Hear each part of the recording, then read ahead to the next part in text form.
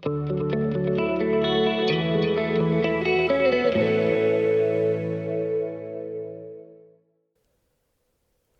to the third episode of the series dedicated to the emotion of loneliness. In this episode, we'll be talking about the socio-economic effects of the COVID-19 pandemic on older people. With the outbreak of the pandemic, elderly people had a lot of fear of the possibility of catching the disease. The media were describing horrifying consequences for older adults. As a result, many of them cut off all of their social ties in order to minimize the possibility of catching the virus.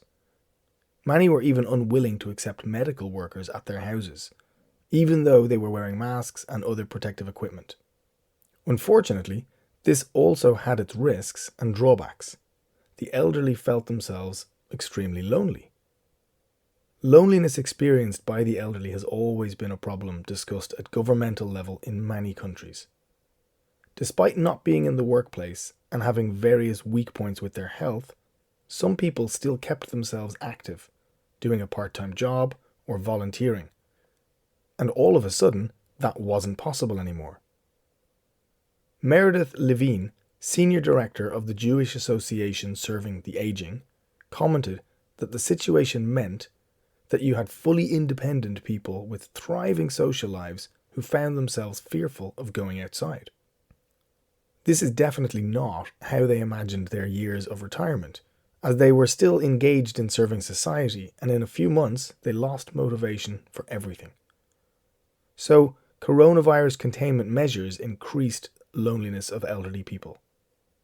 Many claimed that technology would be a solution to the problem. People could still have calls, video chats, and send text messages.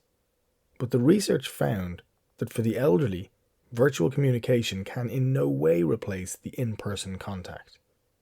It can also be explained by the fact that the elderly were not used to using technology that much when the pandemic started, and there were way too many new things they had to embrace. It was a challenge, but still, creativity of some people helped them prevent loneliness. For example, some young people added their grandparents on Netflix and started watching the films and series together through Netflix Party. Even though it may have seemed unusual for them in the beginning, later they were able to really enjoy the process. There are also digital variants of a variety of games that can be played online, such as chess, different cognitive puzzles, crosswords, even Monopoly and other board games for big groups. One girl even played Guess Who with her grandmother on the phone. Some games can even be played over the phone, and in this way the elderly don't have to rush into the world of digital immediately. Some youngsters called their elderly at night and asked them to tell them a bedtime story. Those could be stories from the past or just using imagination to invent a story together. It may be a real deep connection with a person and having lots of fun together. Another smart idea was to have an online concert. Young people connected to have a video call with their elder relatives and put their favourite music on in the background.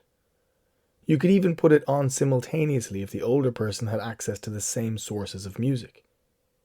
In this way, they felt happy to listen to their favourite music as well as letting their grandchildren live the emotions from songs together with them.